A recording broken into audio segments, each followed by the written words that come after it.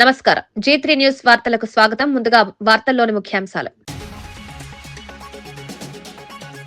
అజిత్ పవార్ అంత్యక్రియలకు ఏపీ మంత్రులు. బారామతిలో అజిత్ పవార్ అంత్యక్రియలు నివాళులర్పించిన నారా లోకేష్, అంత్యక్రియలకు హాజరైన అనగాని కృష్ణదేవరాయలు మాగుంట.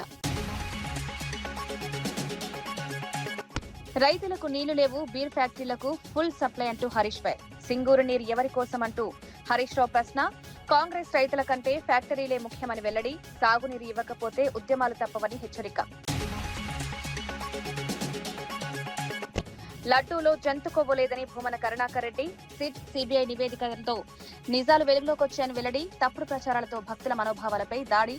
తిరుమల పవిత్రత కాపాడాల్సిన బాధ్యత అందరిది అని వ్యాఖ్య. కేసీఆర్ కు సిట్ నోటీసులు. కాంగ్రెస్ దివాలా కోరుతనానికి నిరసనమన్న బీఆర్ఎస్. ప్రతీకార రాజకీయాలకే రేవంత్ ప్రభుత్వం ఉందన్న నేతలు. ప్రజాస్వామ్య విలువలపై దాడి జరుగుతోందని వ్యాఖ్య. ప్రజలే త్వరలో తగిన బుద్ధి చెప్తారని వెల్లడి. కేసీఆర్ కు సిట్ నోటీసులపై మహేష్ గౌడ్ స్పందన. బాధితులకు శిక్ష పడాల్సిందేనన్న వ్యాఖ్య. కేసీఆర్ పై తమకు గౌరవం ఉందన్న మహేష్ గౌడ్. విచారణ పారదర్శకంగా జరుగుతోందని వ్యాఖ్య. పూర్తి స్థాయిలో విచారణ జరిగితేనే వాస్తవాలు వెలుగులోకి వస్తాయన్న మహేష్.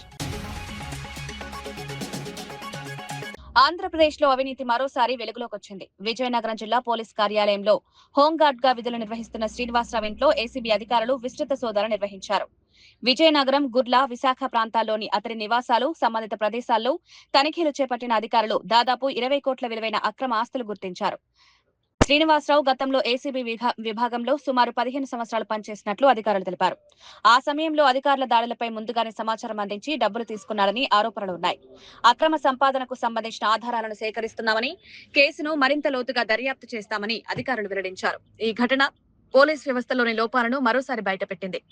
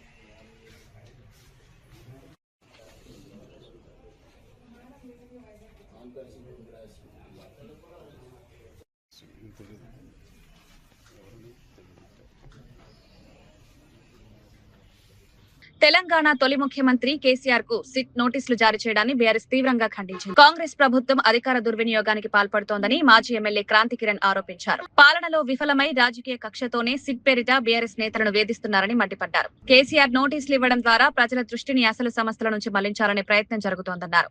ఇలాంటి రాజకీయ కక్ష సాధింపులకు ప్రజలే త్వరలో గుణపాఠం చెప్తారని హెచ్చరించారు. ప్రజాస్వామ్య విలువలను తుంగలో తొక్కే చర్యలకు తెలంగాణ ప్రజలు సహించరని బీఆర్ఎస్ నేతలు స్పష్టం చేశారు. అధికారులు మళ్లీ విచారణ పేరుతో వేధించే ప్రయత్నం చేస్తున్నారు. ఫోన్ ట్యాపింగ్ సంబంధించి అధికారుల మాన్యువల్లో కానీ, దానికి సంబంధించిన టెలిగ్రాఫిక్ చట్టంలో కానీ కొన్ని ప్రొసీజర్స్ ఉన్నాయి. ఆ ప్రొసీజర్లో ఎక్కడ కూడా ముఖ్యమంత్రి అనుమతి కానీ, మంత్రి అనుమతి కానీ, వీళ్ళ ఇన్వాల్వ్మెంట్ కానీ ఎక్కడ కూడా లేదు. అధికారులే హోమ్ సెక్రటరీ పర్మిషన్తోనే ఫోన్ ట్యాపింగ్ చేసుకోవాల్సిన వ్యవహారం. అది ఎవరు చేస్తారు, ఎట్లా చేస్తారు అనేది అధికారుల మధ్య వాళ్ళు తీసుకునే నిర్ణయం తప్పించి దీన్ని ఏదో ఒక రాజకీయ నిర్ణయంగా రుద్ది కేసీఆర్ గారిని, కేటీఆర్ గారిని, హరీష్ రావు గారిని, సంతోష్ గారిని ఇట్లా మొత్తం టీఆర్ఎస్ పార్టీని ఇరికిచ్చే ప్రయత్నం చేస్తున్నారు. దీన్ని మేము తీవ్రంగా ఖండిస్తున్నాం. మీ అప్రజాస్వామిక చర్యల్ని, మీ నియంత్రిత పోకడలకు త్వరలో ప్రజలు అడ్డుకట్ట వేస్తారు. మీ విధానాల్ని మార్చుకోండి, ప్రజలకు పనికొచ్చే పనులు చేయండి, ఇచ్చిన హామీల్ని నెరవేర్చండి. ఎక్కడైతే ప్రజలకు ఉపయోగపడే పనులు జరుగుతున్నాయో అక్కడ తీవ్రమైన అవినీతి జరుగుతుంది. ఆ అవినీతి మీద దృష్టి పెట్టండి. అవన్నీ దృష్టి మలచడానికి ఈ సిట్ అని చెప్పి, ఫోన్ ట్యాపింగ్ అని, ఇంకోటని కేసులు తీసుకొచ్చి అనవసరమైన రాద్ధాంతం చేసుకుంటూ తెలంగాణలో ఒక వాతావరణాన్ని, కలుషితమైన వాతావరణాన్ని సృష్టించే ప్రయత్నాన్ని రేవంత్ రెడ్డి గారు చేస్తున్నట్టు కనిపిస్తుంది. ఈ పద్ధతి మానుకోవాలని చెప్పి ఇంకోసారి సిట్ కానీ ఇంకెవరు కానీ మీరెవరైనా సరే కేసీఆర్ గారి జోలికి వస్తే తెలంగాణ ప్రజలు ఊరుకోరన్న విషయాన్ని మీరు గుర్తించాలని హెచ్చరిస్తున్నాను. మెదక్ జిల్లాలో కాంగ్రెస్ ప్రభుత్వ విధానాలపై మాజీ మంత్రి ఎమ్మెల్యే హరీష్ రావు తీవ్ర విమర్శలు గుప్పించారు. రైతులకు సాగునీరు నిలిపివేసి బీర్ ఫ్యాక్టరీలకు మాత్రం నిరంతరంగా నీళ్లందిస్తున్నారని ఆరోపించారు. సింగూర్ ప్రాజెక్టులో నీటి మట్టం తక్కువగా ఉందని చెప్తున్న ప్రభుత్వం అదే సమయంలో బీర్ ఫ్యాక్టరీలకు నీళ్లు ఎక్కడి నుంచి వస్తున్నాయో సమాధానం చెప్పాలని ప్రశ్నించారు. సాగునీరు లేక రైతులు ఇబ్బందులు పడుతుంటే పరిశ్రమలకు ప్రాధాన్యం ఇవ్వడం అన్యాయమన్నారు. రైతుల సమస్యలను వెంటనే పరిష్కరించకపోతే ఉద్యమాలకు దిగాల్సి వస్తుందని స్పష్టం చేశారు. ఇవాళ రైతుల మీద ఈ ప్రభుత్వానికి లేకుండా పోయింది. రైతులంటే చిన్న చూపు. రైతులకు ఎరువులు దొరికాయి, రైతులకు బోనస్ పైసలు పడాయి, రైతులకు రైతు భరోసా రాదు, రైతులకు బీర్ ఫ్యాక్టరీలకు నీళ్లు ఇచ్చి రైతుల పంటలు ఎండబెడతారు. ఇదేనా రైతుల మీద మీకున్న ప్రేమ? రైతులకు పోయిన యాసంగిలో మొన్న వర్షాకాలంలో అకాల వర్షాలు పడి వడగళ్ల వానబడి పంట నష్టం జరిగింది. 10,000 ఇస్తామని ముఖ్యమంత్రి హెలికాప్టర్లు వచ్చి చెప్పిపోయిండు. 10 పైసలు వల్లే ఇప్పటిదాకా. ఏడాది అయిపోయింది ముఖ్యమంత్రి గారు. ఇక రేపే ఇస్తున్నా అని చెప్పిన నువ్వు. పోయిన యాసంగి రాళ్ల వాన పడ్డ పైసలు, పోయిన యాసంగిలో అకాల వర్షాల వల్ల పడ్డ పైసలు గాని, మొన్న వచ్చిన తుఫాన్లో జరిగిన నష్టానికి అటు వరి చేన్లు గాని, పండ్ల తోటలు గాని, ఇతర పంటలు నష్టపోయిన రైతులకు ఒక్క పైసా కూడా ఈ ప్రభుత్వం సాయం చేయలేదు.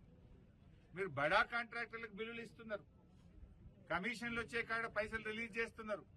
రైతులంటేనే మీకు ఎందుకు అంత మొండి చేయి చూపుతున్నారు? రైతుల మీద ఎందుకంత నిర్లక్ష్యమో అని నేను అడుగుతా ఉన్నా. వడగళ్ల వాన పడ్డా, అకాల వర్షాలు పడ్డా, తుఫాను వల్ల నష్టపోయిన రైతులకు పైసలు ఇయ్యరు, బోనస్ పైసలు ఇయ్యరు, రైతు భరోసా పైసలు ఇయ్యరు, ఎరువులు టైం మీద ఇయ్యరు, నీళ్లు ఇవ్వమంటే నీళ్లు కూడా ఇవ్వకపోతుంది. ఇదేం ప్రభుత్వం అని అడుగుతా ఉన్నాం. రైతులను ఎందుకు ఇంత ఉసురు పోసుకుంటున్నారు? మాటల్లోనేమో రైతుల ప్రభుత్వం, చేతల్లోనేమో వ్యాపారవేత్తల మీద ప్రేమ మీకు, బీర్ కంపెనీల మీద ప్రేమ మీకు. సో ఇప్పటికైనా తక్షణమే రైతులకు పెండింగ్ ఉన్న అన్ని రకాల నిధులు, అది బోనస్ పైసలు గాని, రైతు భరోసా పైసలు గాని. జాతీయ జనగణనలో కులగణన అంశంపై తెలంగాణ జాగృతి అధ్యక్షురాలు కల్వకుంట్ల కవిత తీవ్ర అసంతృప్తి వ్యక్తం చేశారు. జనగణన జరిగితే ఏ వర్గం ఎంత ఉందో వారికి బడ్జెట్, ఉద్యోగావకాశాలు ఎలా కల్పించాలన్నది స్పష్టంగా తెలుస్తోందన్నారు. కేంద్ర ప్రభుత్వం కులగణనకు ముందుకు రావడంతో సంతోషించామని, కానీ డాక్యుమెంట్ విడుదల చేసిన తర్వాత అసలు ఉద్దేశం బయటపడిందని విమర్శించారు. ఎస్సీ, ఎస్టీ కాలంలు పెట్టి బీసీలకు మాత్రమే కాలం లేకుండా కేవలం కులం అనే కాలం మాత్రమే ఉంచడం ఓబీసీలను అవమానించడమేనన్నారు. సమాన హక్కులు, న్యాయం అందాలంటే ఖచ్చితమైన కులగణన అవసరమని స్పష్టం చేశారు. ఈ అంశంపై పోరాటం కొనసాగుతుందని కవిత ప్రకటించారు. భారతదేశ వ్యాప్తంగా జనగణన అనేటటువంటిది ఒక ఎక్సర్సైజ్ జరుగుతూ ఉంది. కులగణన అనేటటువంటి ఎక్సర్సైజ్ జరుగుతుంది. సెన్సెస్ వాస్తవానికి 2011లో జరిగింది. ప్రతి 10 సంవత్సరాలకు జరగాలి అంటే 2021లో జరగాల్సి ఉండే. కానీ 2021లో కోవిడ్ వచ్చిందని చెప్పి జనాభా గణన చేయకుండా వదిలేయడం జరిగింది. ఆ తర్వాత సందర్భంలో ఇవాళ భారతదేశ వ్యాప్తంగా జరుగుతున్నటువంటి చర్చలో భాగంగా బీసీలకు సంబంధించి గణన కావాలనేటటువంటి డిమాండ్ అన్ని రాష్ట్రాల్లో కూడా వస్తున్నటువంటి సందర్భంలో మరి కేంద్ర ప్రభుత్వం కూడా మేము కులగణన చేస్తామని చెప్పడం జరిగింది. వారు కులగణన చేస్తామని చెప్పగానే అందరం కూడా వాస్తవానికి ఆశ్చర్యపోయినాం. ఎట్లా బుద్ధి వచ్చింది ఇట్లా వీళ్ళకు సడన్గా కులగణన ఎట్లా చేస్తా అన్నారని. ఎందుకంటే కులాల వారీగా గణన చేసినప్పుడు భారతదేశంలో ఉన్నటువంటి కమ్యూనిటీస్ అన్నిటి గురించి ఒక్కసారి లెక్క నిగ్గు తేల్చుకున్నప్పుడు వారికి ఇస్తున్నటువంటి బడ్జెట్ ఎంత, వారికి వస్తున్నటువంటి ఉద్యోగాలు ఎన్ని అనేటటువంటి ప్రశ్నలు సాధారణంగానే వాటిని వెనక నుండి బయలుదేరుతాయి. కాబట్టి మరి కులగణన అనేది మంచి కాన్సెప్ట్ అని అందరు కూడా సంతోషించినాం. ఎప్పుడైతే కులగణన డాక్యుమెంట్ బయటకిచ్చారో, సెన్సస్ డాక్యుమెంట్ బయటకిచ్చారో, ఆ సెన్సస్ డాక్యుమెంట్లో కంప్లీట్గా భారతీయ జనతా పార్టీ భారత ప్రజలను మోసం చేస్తుందన్న విషయం స్పష్టంగా అర్థమైంది. ఎందుకంటే ఎస్సీ, ఎస్టీ 2 కేటగిరీస్ పెట్టారు ఇంతకుముందు లాగానే రాజ్యాంగంలో ఉంది కాబట్టి. కానీ ఏదైతే ఓబీసీ అనే కేటగిరీ పెడతామని చెప్పారో అది పెట్టకుండా డైరెక్ట్గా కులము అనేటటువంటిది ఇంక్లూడ్ చేశారు. మహారాష్ట్ర డిప్యూటీ సీఎం అజిత్ పవార్ అంత్యక్రియలు బారామతిలో గంభీర వాతావరణంలో జరిగాయి. ఈ కార్యక్రమానికి ఆంధ్రప్రదేశ్ మంత్రులు నారా లోకేష్, అనగాని సత్యప్రసాద్ హాజరయ్యారు. అజిత్ పవార్ భౌతిక కాయానికి పుష్పాంజలి ఘటించి నివాళులర్పించారు. అనంతరం ఆయన కుటుంబ సభ్యులను పరామర్శించి ధైర్యం చెప్పారు. మహారాష్ట్ర రాజకీయాల్లో ఆయన చేసిన సేవలను గుర్తు చేసుకున్నారు. వివిధ రాష్ట్రాల నుంచి నేతలు, కార్యకర్తలు పెద్ద సంఖ్యలో హాజరై నివాళులర్పించారు. అజిత్ పవార్ జ్ఞాపకాలు ప్రజల్లో చిరస్థాయిగా నిలిచిపోతాయని పలువురు నేతలు పేర్కొన్నారు. డిప్యూటీ సీఎం పవన్ కళ్యాణ్ పర్యటన నేపథ్యంలో హైదరాబాద్ లోని ఇందిరాగాంధీ జూ పార్క్ అధికారులు తాత్కాలికంగా మూసివేశారు. ముందస్తు సమాచారం లేకుండా జూ మూసివేయడంతో పెద్ద సంఖ్యలో వచ్చిన సందర్శకులు తీవ్ర అసంతృప్తి వ్యక్తం చేశారు. టికెట్లు కొనుగోలు చేసినప్పటికీ లోపలికి అనుమతించలేదని పర్యాటకులు ఆగ్రహం వ్యక్తం చేశారు. భద్రతా కారణాల రీత్యా జూ మూసివేశామని అధికారులు వివరించినా సరైన సమాచారం ఇవ్వకపోవడంపై విమర్శలు వెల్లువెత్తాయి. ఈ ఘటనతో జూ పార్క్ వద్ద కొంతసేపు ఉద్రిక్త వాతావరణం నెలకొంది.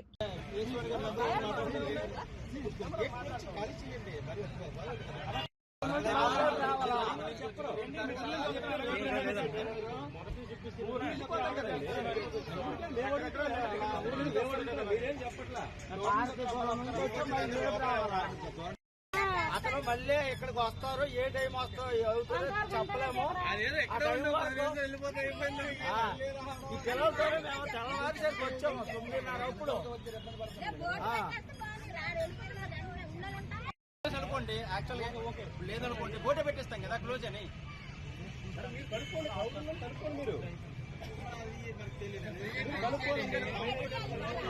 కంప్యూటర్ టికెట్ ఏదంటే అడల్ట్ కొడతారు, అమౌంట్ కొట్టరు. అడల్ట్ కొట్టి 70 రూపీస్ వస్తారు. అది ఆఫ్ అలా రాదు.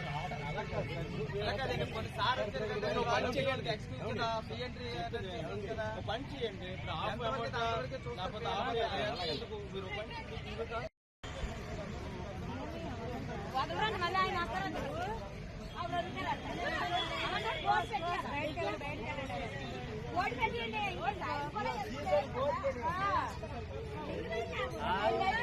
పిల్లలతోనే తెల్లవారు 9 అప్పుడు ఇప్పుడు అడుగుతారన్నమాట. రేపు రండి అన్నారు. 1 గంటకి చేస్తామన్నారు. చంటి పిల్లలతో ఉన్నారు. సీజన్ పెట్టియండి. అదే తెలుగు. మేడారం సమ్మక్క సారక్క మహాజాతరను జాతీయ పండుగగా గుర్తించాలని మంత్రి పొంగిరెడ్డి శ్రీనివాస్ రెడ్డి డిమాండ్ చేశారు. జాతర సందర్భంగా ఏర్పాటు చేసిన పత్రికా సమావేశంలో ఆయన ఈ అంశాన్ని ప్రస్తావించారు. గిరిజనుల ఆత్మగౌరవానికి ప్రతీకగా నిలిచిన ఈ మహాజాతరను మరో కుంభమేళాగా ఆయన అభివర్ణించారు. కేంద్ర మంత్రుల పర్యటనతో ఈ డిమాండ్ త్వరలోనే సాకారమవుతుందన్న ఆశాభావాన్ని వ్యక్తం చేశారు. జాతర నిర్వహణలో అంకిత భావంతో పనిచేస్తున్న అధికారులు, సిబ్బంది, సహకరిస్తున్న మీడియాకు కృతజ్ఞతలు తెలిపారు. తెలంగాణ రాష్ట్రంలో ప్రజాప్రభుత్వం వచ్చిన తర్వాత ఇది 2వసారి జరుగుతున్న జాతర. ఈ జాతరకి గౌరవ రాష్ట్ర ముఖ్యమంత్రి రేవంత్ రెడ్డి గారు, సహచర మంత్రులు, అదే రకంగా ప్రజాప్రతినిధులు అందరి ఆలోచనలకు అనుగుణంగా ఆదివాసులకి ఆత్మ చిహ్నంగా ఉండే ఈ జాతరని రాష్ట్ర ప్రభుత్వం ప్రతిష్టాత్మకంగా చేపట్టి మరో కుంభమేళాల అద్భుతంగా అనేక శాశ్వతమైన కార్యక్రమాలు రాష్ట్ర ప్రభుత్వ పక్షాన పెద్ద ఎత్తున చేపట్టడం జరిగింది. దీనికి కష్టపడ్డ అధికారులకి, అదే రకంగా దీన్ని జాతీయ పండుగగా కూడా చేయాలని అనేక పర్యాయాలు కేంద్ర ప్రభుత్వాన్ని రాష్ట్ర ప్రభుత్వ పక్షాన అభ్యర్థించటం, అడగటం కూడా జరిగింది. తప్పకుండా ఈ రాష్ట్రానికి సంబంధించిన కేంద్ర మంత్రివర్యులు కిషన్ రెడ్డి గారు ఉన్నారు. అదే రకంగా కేంద్ర గిరిజన శాఖ మంత్రివర్యులు కూడా ఇక్కడ ఉన్నారు. కాబట్టి తప్పకుండా దీన్ని జాతీయ పండుగగా గుర్తిస్తారని. తిరుమల లడ్డూ తయారీలో జంతువుల కొవ్వు వాడారన్న ఆరోపణలను భూమన కరుణాకర్ రెడ్డి ఖండించారు. సిట్ ఇచ్చిన నివేదికలో ఎక్కడా జంతు కొవ్వు లేదని స్పష్టంగా పేర్కొన్నట్లు తెలిపారు. సుప్రీంకోర్టులో సీబీఐ విచారణకు పిటిషన్ వేసింది కూడా వైవి సుబ్బారెడ్డి అని గుర్తు చేశారు. 2019 నుంచి 24 వరకు సీబీఐ విచారణ జరిపి ఎలాంటి కల్తీ లేదని నిర్ధారించిందని తెలిపారు. ఆధారాలు లేకుండా చేస్తున్న ఆరోపణలు అనవసరమైన వివాదాలకు దారితీస్తున్నాయన్నారు. తిరుమల దేవస్థానం పవిత్రతను కాపాడాల్సిన బాధ్యత అందరిదని స్పష్టం చేశారు. చంద్రబాబు వేసినటువంటి సిట్ కాదని సిబిఐ చేత ఎంక్వైరీ చేయించాలని ఆయన వెళితే సుప్రీంకోర్టు చంద్రబాబు గారి మాటల్ని ఆక్షేపించి మీరు చేస్తున్నటువంటి తప్పు కదా ఇది అని హెచ్చరించి తన ఆధ్వర్యంలో సిబిఐ నేతృత్వంలో సిట్టును సుప్రీంకోర్టు ఏర్పాటు చేసింది. చంద్రబాబు ఏర్పాటు చేసినటువంటి సిట్టే నివేదిక ఇచ్చి ఉంటే మొన్న గదా కొండ మీద మందు బాటిళ్లు దొరికితే ఆ మందు బాటిళ్లను సాక్షి రిపోర్టర్ వెలికి తీస్తే వైఎస్ఆర్ కాంగ్రెస్ పార్టీ కార్యకర్త దానిని వీడియో తీస్తే వీళ్లే పెట్టారు అని పోలీసుల చేత 152A కేసే దేశద్రోహం నేరం కింద కేసు వేసినటువంటి ఘనత మన పోలీసు వాళ్ళది కనుక సుప్రీంకోర్టు సిబిఐని వేసింది. మాజీ సీఎం కేసీఆర్ కు సిట్ నోటీసులు జారీ చేయడంపై కాంగ్రెస్ ఎంపీ మల్లు రవి స్పందించారు. కేసీఆర్ కు నోటీసులు ఇవ్వడం కొత్త విషయం కాదని ఆయన వ్యాఖ్యానించారు. ఇప్పటికే కేటీఆర్ హరీష్ రావును విచారించారని గుర్తు చేశారు. ఇప్పుడు కేసీఆర్ ను విచారించడంలో ఆశ్చర్యం లేదన్నారు. చట్టం ముందు అందరూ సమానమేనని స్పష్టం చేశారు. రాజకీయ ఒత్తిళ్లు లేదా వ్యక్తిగత అంశాలకు తావు లేకుండా విచారణ జరగాలని తెలిపారు. ఈ వ్యవహారంపై రాజకీయ వర్గాల్లో చర్చ కొనసాగుతుండగా కాంగ్రెస్ పార్టీ చట్టబద్ధతనే ప్రధానంగా తీసుకుంటుందని మల్లు రవి స్పష్టం చేశారు. దీంట్లో కొత్త ఏం లేదు. చాలా కాలంగా ఫోన్ ట్యాపింగ్ మీద సిట్ వేశారు. స్పెషల్ ఇన్వెస్టిగేషన్ టీం అంటే సిట్ పోలీసులు ఆ ఫోన్ ట్యాపింగ్ మీద వచ్చినటువంటి కంప్లైంట్స్ అన్నిటినీ ఎంక్వైరీ చేయడానికి నిన్న మొన్న హరీష్ రావుని పిలిచారు, కేటీఆర్ని పిలిచారు. ఇప్పుడు కేసీఆర్కి కూడా నోటీస్ ఇస్తారు. చట్టం ముందు ఎవరు పెద్ద కాదు, ఎవరు చిన్న కాదు, అందరూ సమానం. మరి ఆనాడు ముఖ్యమంత్రిగా ఉన్నటువంటి వ్యక్తి కేసీఆర్ గారు ఆయన యొక్క అనుమతితోనే ఈ ఫోన్ ట్యాపింగ్ జరిగిందనేది అందరూ చెప్తున్నటువంటి ఇన్ఫర్మేషన్. దాన్ని బట్టే కేసీఆర్ గారికి ఇప్పుడు నోటీసులు ఇచ్చారు. వారు కూడా వచ్చి వారి అభిప్రాయాన్ని వారు అడిగిన ప్రశ్నలకు సమాధానం చెప్తే తదుపరి చర్య తీసుకోవడం జరిగింది. జనాభాలో బీసీ వాటా ఎంతుందో అంతే స్థాయిలో వారికి హక్కులు కల్పించాలని పీఓడబ్ల్యూ నాయకురాలు సంధ్య పేర్కొన్నారు. బీసీలకు న్యాయం జరగాలంటే నిష్పాక్షిక ధోరణితో పోరాటం చేయాల్సిన అవసరం ఉందన్నారు. రాజ్యాధికారం అన్నది కొద్ది వర్గాలకు పరిమితం కాకుండా అన్ని వర్గాలకు దక్కేలా వ్యవస్థ మారాలని ఆమె అభిప్రాయపడ్డారు. బీసీల సమస్యలను విస్మరించడం వల్ల అసమానతలు మరింత పెరుగుతున్నాయని ఆందోళన వ్యక్తం చేశారు. సమాన అవకాశాల సముచిత ప్రాధాన్యం లభిస్తేనే సమాజం సమతుల్యంగా అభివృద్ధి చెందుతుందన్నారు. ఈ అంశంపై ప్రజల్లో అవగాహన పెంచాల్సిన అవసరం ఉందని ఆమె స్పష్టం చేశారు. ఎంపీలో ఒక పదవి ఇస్తే ఆ సమస్య పక్కకి వెళ్ళిపోతుంది. ఎంత అన్యాయం, ఎన్ని ధర్నాలు, ఎన్ని పోరాటాలు జరిగినాయి.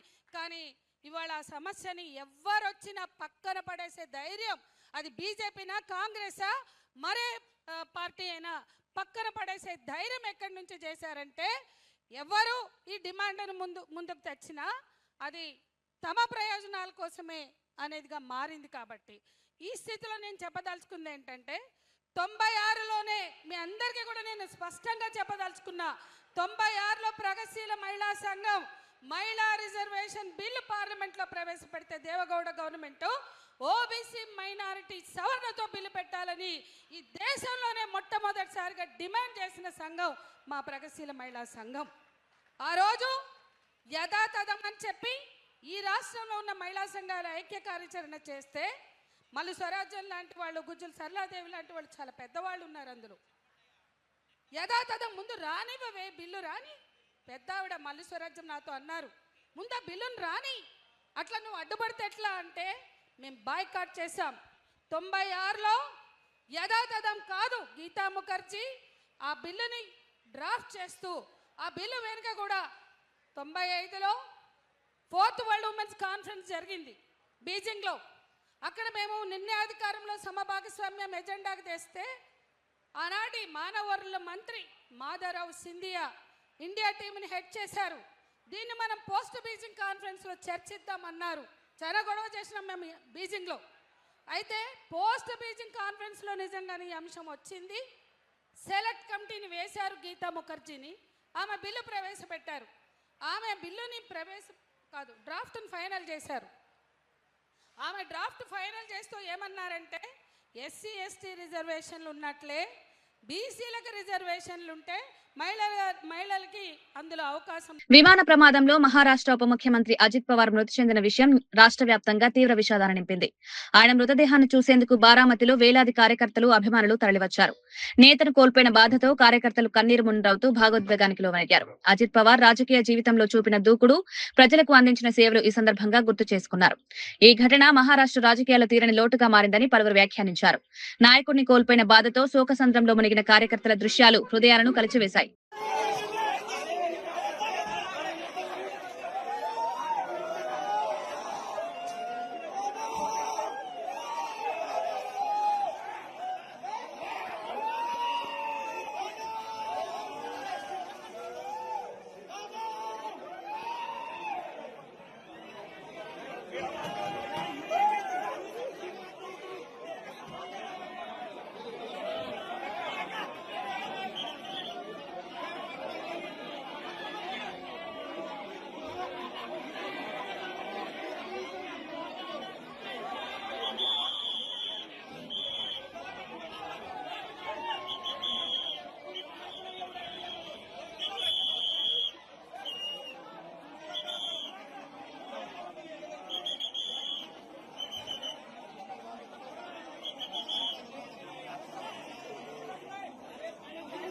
ట్యాపింగ్ కేసులో మాజీ ముఖ్యమంత్రి కేసీఆర్ కు సిట్ నోటీసులు ఇవ్వడాన్ని బీఆర్ఎస్ తీవ్రంగా ఖండించింది.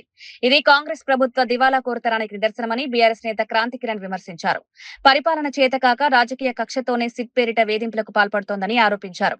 ఇప్పటికే కేటీఆర్ హరీష్ రావును విచారించిన తర్వాత ఇప్పుడు కేసీఆర్ ను టార్గెట్ చేయడం ప్రతీకార రాజకీయాలకు నిదర్శనమన్నారు. ప్రజాస్వామ్య విలువలను కాలరాస్తూ రాజకీయ ప్రత్యర్థులను భయపెట్టే ప్రయత్నం చేస్తున్నారని మండిపడ్డారు. కాంగ్రెస్ ప్రభుత్వానికి ప్రజా సమస్యలపై దృష్టి లేదని, కేవలం రాజకీయ దాడులకే ప్రాధాన్యమిస్తోందని విమర్శించారు. ఇలాంటి పోకడలకు త్వరలో ప్రజలే గట్టిగా బుద్ధి చెప్తారని హెచ్చరించారు. పోలీసు అధికారులు ప్రభుత్వం అధికార దుర్వినియోగానికి ఇది పరాకాష్ట. గతంలో కేసీఆర్ గారు ఓ సందర్భంలో ఎవరో విలేకరులు ప్రశ్న అడిగినప్పుడు తన సమాధానం ఇవ్వడం జరిగింది. ఫోన్ ట్యాపింగ్ అన్నది మాకు సంబంధం ఏముంటుంది, అధికారులు చేస్తారా చేయరనే విషయం కూడా మాకు తెలియదు. కానీ దాన్ని నిష్పక్షపాతంగా విచారణ చేయాల్సిన అధికారులు మళ్లీ విచారణ పేరుతో వేధించే ప్రయత్నం చేస్తున్నారు.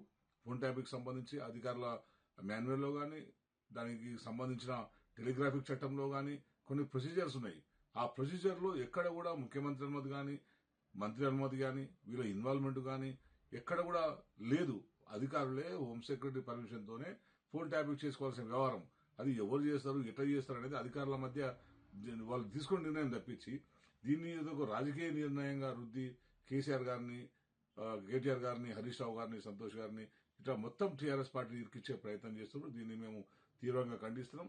మీ అప్రజాస్వామిక చర్యల్ని, మీ నియంత్రిత పోకడలకు త్వరలో ప్రజలు అడ్డుకట్ట వేస్తారు. మీ విధానాల్ని మార్చుకోండి, ప్రజలకు పనికొచ్చే పనులు చేయండి, ఇచ్చిన హామీల్ని నెరవేర్చండి. ఎక్కడైతే ప్రజలకు ఉపయోగపడే పనులు జరుగుతున్నాయో అక్కడ తీవ్రమైన అవినీతి జరుగుతుంది. ఆ అవినీతి మీద దృష్టి పెట్టండి. అవన్నీ దృష్టి మలచడానికి ఈ సిట్ అని చెప్పి, ఫోన్ ట్యాపింగ్ అని, ఇంకోటని కేసులు తీసుకొచ్చి అనవసరమైన రాద్ధాంతం చేసుకుంటూ తెలంగాణలో ఒక వాతావరణాన్ని, కలుషితమైన వాతావరణాన్ని సృష్టించే ప్రయత్నాన్ని రేవంత్ రెడ్డి గారు చేస్తున్నట్టు కనిపిస్తుంది. ఈ పద్ధతి మానుకోవాలని చెప్పి ఇంకోసారి సిట్ గాని ఇంకెవరు తిరుమల లడ్డూ ప్రసాదం తయారీలో ఉపయోగించే నెయ్యి కల్తీ వ్యవహారంలో వైసీపీ నేతలు అడ్డంగా దొరికిపోయారని విజయనగరం ఎంపీ కలిశెట్టి అప్పలనాయుడు ఆరోపించారు. సిట్, సిబిఐ నివేదికలతో నిజాలు వెలుగులోకి వచ్చాయని తెలిపారు. కోట్లాది మంది భక్తుల మనోభావాలను దెబ్బతీసేలా అప్పటి వైసీపీ ప్రభుత్వం వ్యవహరించిందని విమర్శించారు. నెయ్యి సరఫరా నిబంధనలు సడలించడం వల్లే ఈ దారుణం జరిగిందన్నారు. బాధ్యులపై కఠిన చర్యలు తీసుకోవాలని డిమాండ్ చేశారు. భక్తుల విశ్వాసాన్ని దెబ్బతీసిన వారిని వదిలిపెట్టబోమని స్పష్టం చేశారు. ఈ అంశంపై ప్రజల్లో తీవ్ర ఆగ్రహం వ్యక్తం అవుతోందని తెలిపారు. గమనించవలసిన అవసరం ఉందని తెలియజేసుకుంటూ ఈరోజు ప్రజానీకానికి ఖచ్చితంగా వారు బహిరంగ క్షమాపణ చెప్పుకోవాలి. గౌరవ ముఖ్యమంత్రి చంద్రబాబు నాయుడు గారి ఆధ్వర్యంలో రాష్ట్రంలో అన్ని రంగాల్లో అభివృద్ధి జరుగుతున్న సమయంలో జగన్మోహన్ రెడ్డి ఈరోజు ఆయన చేస్తున్న అవాకచవాకులు మనం చూస్తున్నాం. బెంగళూరు ప్యాలెస్లో ఉండి తాడేపల్లి ప్యాలెస్కి అప్పుడప్పుడు వచ్చి ఈ రాష్ట్రానికి సంబంధించిన అంశాలని మళ్ళీ కలుషితం చేసి వెళ్ళిన సందర్భాలు ఉన్నాయి. కనీసం ఒక 10 రోజులు కంటిన్యూగా ఈ ఆంధ్రప్రదేశ్ రాష్ట్రంలో మీరు నివాసం ఉన్నారా? ఈ రాష్ట్రం కోసం మీకు తెలుసా? పారిశ్రామిక అభివృద్ధి జరగకూడదని మీకు అసూయ. అందుకే ఈరోజు అన్ని రకాలు చేస్తున్నాం. ఈరోజు పత్రికలు కూడా చూశాను, పాదయాత్ర స్టార్ట్ చేస్తాను, మళ్ళీ వస్తామని చెప్పేసి వాళ్ళు ఇబ్బంది పెట్టించి 5 సంవత్సరాల్లో ఎలాగోనగా అధికారంలోకి వచ్చావు, సంపాదించావు. ఏ పరిస్థితుల్లో కూడా ఎన్ని సంవత్సరాలు కాదు, మీరు పాదయాత్ర కాదు, బొర్లుది రాష్ట్రం తిరిగినా ప్రజలు నమ్మే పరిస్థితులు లేరు. ఎట్టి పరిస్థితుల్లో జరగదు. ఫోన్ ట్యాపింగ్ అంశంపై టీపీసీసీ చీఫ్ మహేష్ కుమార్ గౌడ్ కీలక వ్యాఖ్యలు చేశారు. ఉద్యమ నాయకుడిగా కేసీఆర్ పై తనకు గౌరవం ఉందని పేర్కొంటూనే ఫోన్ ట్యాపింగ్ అత్యంత హేయమైన నేరమని స్పష్టం చేశారు. ఈ కేసులో దోషులెవరో తేలాల్సిన అవసరం ఉందన్నారు. చట్టం ముందు అందరూ సమానమేనని, ఎవరైనా తప్పు చేస్తే విచారణ తప్పదని తెలిపారు. ప్రజాస్వామ్యంలో వ్యక్తిగత స్వేచ్ఛకు భంగం కలిగించే చర్యలను సహించబోమన్నారు. నిజాలు బయటకు రావడం ద్వారా ప్రజల్లో నమ్మకం పెరుగుతుందని అభిప్రాయపడ్డారు. ఈ అంశంపై జరుగుతున్న రాజకీయ ఆరోపణలకు బదులుగా వాస్తవాలు మాట్లాడాలని ఆయన సూచించారు. కొంత పారదర్శకంగా వాస్తవాలు బయటకు వచ్చే అవకాశం ఉంటుంది. కానీ కేసీఆర్ గతంలో మాట్లాడుతూ ఇంటెలిజెన్స్ ఆఫీసర్ అనేటువంటి ఉంటాడు, దానికి రోజు ఒక డైలీ బ్రీఫింగ్ ఇస్తాడు, దానికి సోర్స్కి నాకేం సంబంధం అనేది కేసీఆర్ చెప్పారు. కేసీఆర్ గారు ఆనాడు ముఖ్యమంత్రిగా ఉన్నారు. ముఖ్యమంత్రి గారి ప్రమేయమో లేక వారి కింద ఉన్నటువంటి ఇంపార్టెంట్ పోర్ట్ఫోలియో నిర్వహిస్తున్న మంత్రుల ప్రమేయమో లేకుండా అధికారులు అంత సాహసం చేసి ఫోన్ ట్యాపింగ్కు పాల్పడేటువంటి పరిస్థితులు ఉండవు. ఆనాడు ప్రభుత్వంలో ఒక నిర్ణయం తీసుకొని ఉంటేనే ఆ నిర్ణయం ప్రకారమే పోలీసు అధికారులు యాక్ట్ చేస్తున్నారని మేము అనుకుంటా ఉన్నాం. ఏదేమైనా సిట్ విచారణ సంపూర్ణంగా జరిగితే తప్ప వాస్తవాలు రావు. అంతవరకు ఎవరిని కూడా మేము దోషులు అనుకోలేము. వాస్తవాలు బయటికి రావాలి, ఈ విచారణ పరిపూర్ణంగా జరగాలి. అప్పుడు ప్రజలు కోరుకునే విధంగా వాస్తవాలు బయటకు రావాలి. కేవలం డైవర్షన్ పాలిటిక్స్ తప్ప ఇది ఒక డైలీ సీరియల్ అనేది సరే, ఎవరు బీజేపీ అన్నా టీఆర్ఎస్ నాయకులు ఎవరు ఏమన్నా ప్రజలు కోరుకుంటున్నది ఫోన్ ట్యాపింగ్ వ్యవహారంలో వాస్తవాలు బయటికి రావాలని. ఆ దశగానే మా ప్రభుత్వం కూడా సిట్ విచారణ వేసింది. సిట్ వారి పరిధిలో వారు విచారణ చేస్తూ ఉన్నారు. ఇప్పుడు 2.5 ఏళ్ల తర్వాత ఇంకా రాజకీయ కక్ష అనే అంశం ఎక్కడికి వస్తుంది? దీంట్లో ఎవరి మీద కూడా రాజకీయ కక్ష లేదు, రాజకీయ దురుద్దేశం లేదు. మేము కోరుకునేలా వాస్తవాలు బయటికి రావాలి. తన తల్లి పుట్టినరోజు సందర్భంగా AP deputy CM Pawan Kalyan భావోద్వేగ నిర్ణయం తీసుకున్నారు. ఈ సందర్భంగా 2 జిరాఫీలను దత్తత తీసుకున్నట్లు ప్రకటించారు. ప్రకృతి జీవ జంతువుల పట్ల తనకున్న ప్రేమను ఈ చర్య ద్వారా వ్యక్తం చేశారు. జూ అభివృద్ధి, జంతు సంరక్షణకు ఈ దత్తత ఉపయోగపడుతుందని తెలిపారు. సామాజిక బాధ్యతతో పాటు పర్యావరణ పరిరక్షణ కూడా ప్రతి ఒక్కరి బాధ్యతేనని పవన్ కళ్యాణ్ సందేశం ఇచ్చారు. తన తల్లి ఆశీస్సులతో ఈ నిర్ణయం తీసుకున్నారని పేర్కొన్నారు. రాజకీయాలకు అతీతంగా మానవీయ కోణంతో చేసిన ఈ చర్య మంచి ఆదర్శంగా నిలుస్తోందని పలువురు అభిప్రాయపడుతున్నారు. యానిమల్స్ అడాప్షన్కి సో అలా తీసుకుని వెళ్తుంటే ఒకసారి మనం ఒక హైటీలా పెట్టుకుందాం, మనం వాళ్ళని ఎకనాలజీ చేద్దాం, రెస్పెక్ట్ చేద్దాం అని చెప్పే ప్రాసెస్లో అదే నాకు ఇప్పుడు గుర్తు చేస్తూ ఉన్నారు హైర్ అఫీషియల్స్ అంతా. సో ఈరోజు మా అమ్మ పుట్టినరోజు కాబట్టి ప్రత్యేకంగా యాదృచ్ఛికంగా జరిగింది. నా కోరిక ఏంటంటే చాలా కాలం ఒక యానిమల్స్ని అడాప్ట్ చేసుకుంటుంటే మా ఇంట్లో కూడా ఒక 4 ఉంటాయి కుక్కలు, పెంపుడు కుక్కలు ఉంటాయి మా ఇంట్లో. సో నా కుటుంబ సభ్యులు, నా పిల్లలు కానీ నా భార్య అందరూ చాలా దీన్ని జంతు సంరక్షణ మీద చాలా ప్రత్యేకించి శ్రద్ధ పెడతారు. అలాగే ప్రత్యేకించి మా అమ్మగారి పుట్టినరోజు అవ్వటం వల్ల నాకేమనిపించిందంటే చెప్పడమే కాదు, ఎదుటి వాళ్ళకి నేను కూడా చేయాలని నిర్ణయించుకున్నాను. అందుకని మా అమ్మగారి పుట్టినరోజు సందర్భంగా ఈ 2 కనిపిస్తున్న అజిరాఫ్, ఇందాక తిండి పెట్టిన అజిరాఫ్ని వీటిని మా అమ్మగారి పేరు మీద వీటిని అడాప్ట్ చేసుకుని సంవత్సరానికి 2 జిరాఫీని అడాప్ట్ చేసుకొని వాటికి ఎంత అయితే మనీ కావాలో వాటిని వెంటనే క్లియర్ చేస్తాను తెలియజేసుకుంటూ, ఇది ప్రతి ఒక్కరూ కూడా అది జంతు సంరక్షణలో ప్రత్యేకించి జూస్లో కానీ ఇంకా జూ బయట కానీ జంతు సంరక్షణకి అందరం మన వంతు కృషి చేద్దామని తెలియజేసుకున్నాం. Thank you. వార్తలు ముగించే ముందు ముఖ్యాంశాలు మరోసారి. అజిత్ పవార్ అంత్యక్రియలకు ఏపీ మంత్రులు. బారామతిలో అజిత్ పవార్ అంత్యక్రియలు నివాళులర్పించిన నారా లోకేష్. అంత్యక్రియలకు హాజరైన అనగాని కృష్ణదేవరాయలు, మాగుంట. రైతులకు నీళ్లు లేవు, బీర్ ఫ్యాక్టరీలకు ఫుల్ సప్లై అంటూ హరీష్ రావు. సింగూరు నీరు ఎవరి కోసం అంటూ హరీష్ రావు ప్రశ్న. కాంగ్రెస్ రైతుల కంటే ఫ్యాక్టరీలే ముఖ్యమని వెల్లడి. సాగునీరు ఇవ్వకపోతే ఉద్యమాలు తప్పవని హెచ్చరిక. లడ్డూలో జంతు కొవ్వు లేదని భూమన కరుణాకర్ రెడ్డి. సిట్, సిబిఐ నివేదికలతో నిజాలు వెలుగులోకి వచ్చాయని వెల్లడి. తప్పుడు ప్రచారాలతో భక్తుల మనోభావాలపై దాడి. తిరుమల పవిత్రత కాపాడాల్సిన బాధ్యత అందరిది అని వ్యాఖ్య. కేసీఆర్ కు సిట్ నోటీసులు. కాంగ్రెస్ దివాలా కోరుతనానికి నిరసనమన్న బీఆర్ఎస్. ప్రతీకార రాజకీయాలకే రేవంత్ ప్రభుత్వం ఉందన్న నేతలు. ప్రజాస్వామ్య విలువలపై దాడి జరుగుతోందని వ్యాఖ్య. ప్రజలే త్వరలో తగిన బుద్ధి చెప్తారని వెల్లడి. కేసీఆర్ కు సిట్ నోటీసులపై మహేష్ గౌడ్ స్పందన. బాధితులకు శిక్ష పడాల్సిందేనన్న వ్యాఖ్య. కేసీఆర్ పై తమకు గౌరవం ఉందన్న మహేష్ గౌడ్. విచారణ పారదర్శకంగా జరుగుతోందని వ్యాఖ్య. పూర్తి స్థాయిలో విచారణ జరిగితేనే వాస్తవాలు వెలుగులోకి వస్తాయన్న మహేష్. ఇవి ఈనాటి వార్తా విశేషాలు. మరో బులెటిన్లో మళ్ళీ కలుద్దాం. నమస్కారం.